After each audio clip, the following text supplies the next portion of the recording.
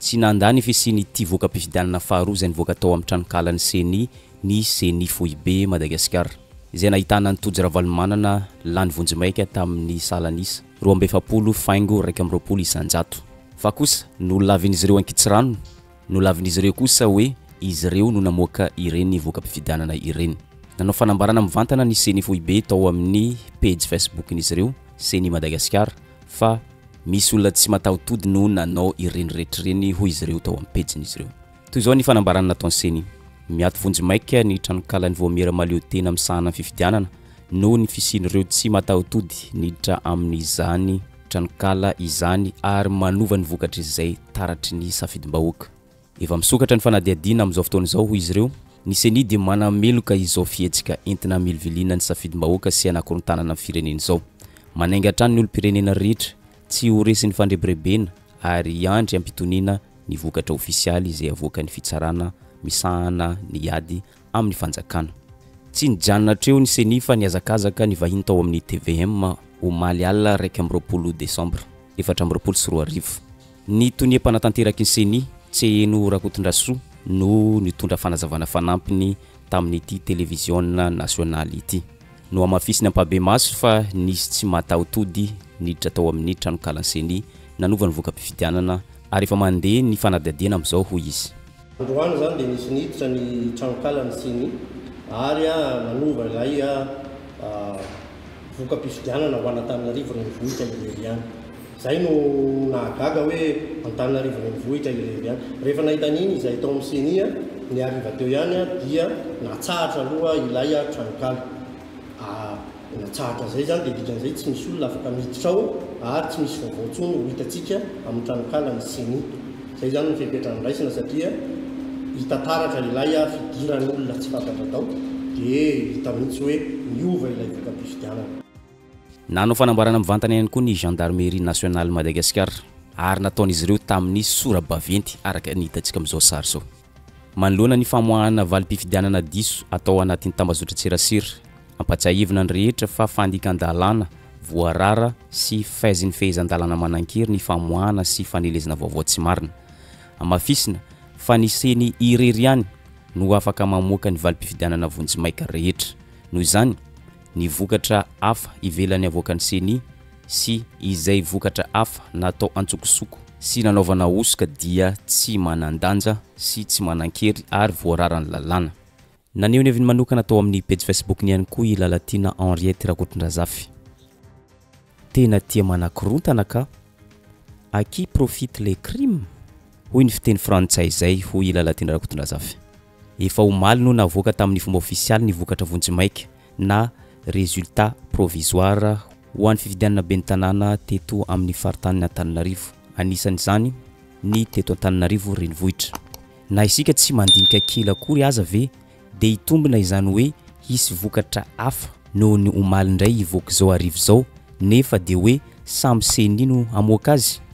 zavatra tena impossible mihitsy izany na isy manipulation toy inona aza izany mpanohitra tao arak'io vokatra osoka sy foroporonina aparitan'izao io mbola no tohizany ihany eto dia mipetraka mazava ilay hoe à qui profite les crimes maninona no tonga dia ny tim sy ny mpiaradia aminy daholo no namoaka voalohany ilay hoe vokatra hafa navoakany seni ka lasa nampandrisany tojo ravalomanana amin'ny salanisa 27 isanjato naminany ve zany ny pomba ny ravalomanana fa niova tampoka ny vokatra androany ariva dia lasa nijery tao an-tranonkalany seni izy ireo dia iny tokoa fa hitany tao niova tokoa ilay vokatra le retsy ko raha tsy kilalonjazy izy tiako fa mazava be hoe mbola ao foana ny finiavana hanakorontana mba ampy kosa zay mbola no tohizany ramatoa Henriette ihany ny fanehoan-keviny azo sokajiana ho fandikan-dalàna araka ny voalazan'ny lalàna fehizoro mifeny fepetra ankapobeny amin'ny fifidianana izao zavatra izao ka rariny loatra raha sokafana ny fanadiadiana ary atao fanenjehana araka ny lalàna izay tompona ndraikitra amin'izao napetra ny tetsy ambany ny article 230 nentinina namafisana izay voalazany tetsy ambony araka ny famaizana voasoratra io dia sazy antranomaizina ray ka hatramin'ny 5 taona miaraka amin'ny lamandy 600 000 ariary ka hatramin'ny 6 millions d'ariary amin'ny ankapobeny no raisin'ny seni foibe sy gendarmerie nationaly ho matotra ity toedra raha ity fa ny ankabetsan'olona mpikirakira tambazotra tserasera kosa mahita fa tsy matotra ny gendarmerie sy ny seni foibe izay mpikirakira ny voaka-pifidianana. Hitantsika amin'izao fa saika imehezan'olona ny publication ataony zandary sy ny publication nataony seni Madagasikara. Ndao isika amaky commentaire vitsivitsy izay nataon'olom-pirenena tao anatin'ny publication izy ireo. Hoy ity anankiray ity hoe aza manabarabara vahoaky tsy vendrana daholo akory izahay. Toy izao kosa ny commentaire anankiray tao amin'ny pejin'ny gendarmerie nationale Madagasikara. Ianareo mpitandro filaminana reto mihitsy no fototra voalohany mahatonga ny favoazana rehetra eto. Arovanareo mafy ny fitondrana na dia efa skandala hita maso be zao aza. Efa hainy fa eo foana ny be basy sy ny be boty hiaro azy. Na dia efa hihinam-potaka aza ny malagasy dia ny pressionareo mipetraka ihany. Sao dia mba tsy tafika malagasy tsony aza ianareo reto. Ohatrany tsy ho an'ny malagasy manko. Maro dia maro ny commentaire fa ireny ihany no aratsika. Ankoatr'izay, nanamafy ny tonia mpanatanteraky ny seni raha ny vahiny tao amin'ny televisionna malagasy na TVM tsy eno Rakotondrasoa hoe ny vokatra Vonjimaika izay efa navoaka ny seni ampabe maso dia tsy misy fiovana velively. Efa ampelantanan'ny tribunal administratif ny voaka-pifidianana Vonjimaika ary izy ireo no tompoteny farany mamoaka ny valim-pifidianana ofisialy amin'ity fifidianana ben'ny tanàna 420 ity araka nambarany tao amin'ny televisionna malagasy. Ny afatra dia ny hoe aokosika praitandrazana indrindra ny eto Antananarivo tsy rorosaina satria mandray ny fepetra rehetra tokoa ny ao amin'ny senia miaraka amin'ny tompona ndraiky mpanjakana izay misahana ny cybercriminalité. Ny fanadiadina no ahitantsika ny toy ny vokatra amin'izay piratage zay fa kosa ny tsara tsindrina dia ny hoe tsy miova ny vokatra izay nalefan'ny senia any amin'ny tribunal administratif na ny tribunal misahana ny ady amin'ny taon'ny fanjakana. Dia ho anay aty amin'ny senia zany tena hoe asa no atao ary asa foana ary tsy misy akory fa milivoliny ny vokatra na nisy any vahoaka fa tena asa ataon'olony ratsy izy ireny. Tsy maintsy hiverina ny tranokalan'ny senia fa amin'izao fotoana izao zany roa dia mba ao amin'ny Facebook sika no manaraka ny vaovao rehetrarehetra izay makasika ny fifidianana satria azadino ny fifidianana tsy hoe mijanona ny andro ny fifidianana na ny famoahana ny voka mpifidianana Vonjimaika izay ataony senia fa mbola misy asa izay mandeha ho arinan'iny ary ny vokatra ofisialy izay tena avoakan'ny tribunal izay misahana ny ady amin'ny fanjakana no valim-pifidianana farany manakely.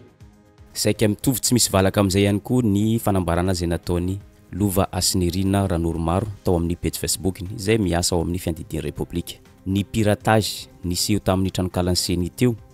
dia tsy manala velively ireo vokatra Vonjimaika nambaram-pahay be maso omaly. Nandritra ny lanonana ofisialy izay notanterahan'ny candidat sy ireo observateurs internationaux. Oka isika ho izy ahitandrina sy amakafaka hatrany ny marina ary oka hiandra-pitoniana ny vokatra farany ofisialy. Araka ireny rehetrareny dia nanakambara ny senia, nanakambara ny fiandidian'ny Repoblika, nanakambara ny gendarmeria, nanoloana ny fivoahan'ny voka-pifidianana faharoa tao amin'ny tranokalan'ny senia izay nalany antody ravalomanana tamin'ny salanisa 20 faingo 120 isanjato ary araka izany rehetra izany dia hoaratsika miandalana eo ny mety ho toy ity toedra raha ity.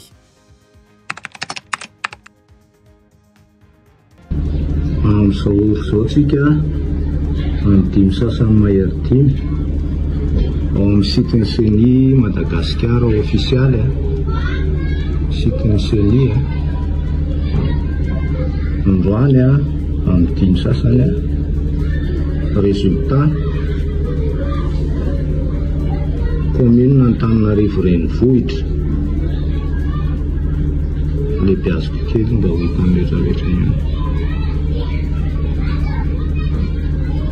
Mahititsika ny résultat commune Antananarivo renivohitra laharana fahaefatra tojo ravalomanana 42,21%. Ny laharana fahafito iary lalaramanantsoa 37,75%. Ao amin'ny site-ny senia amin'izao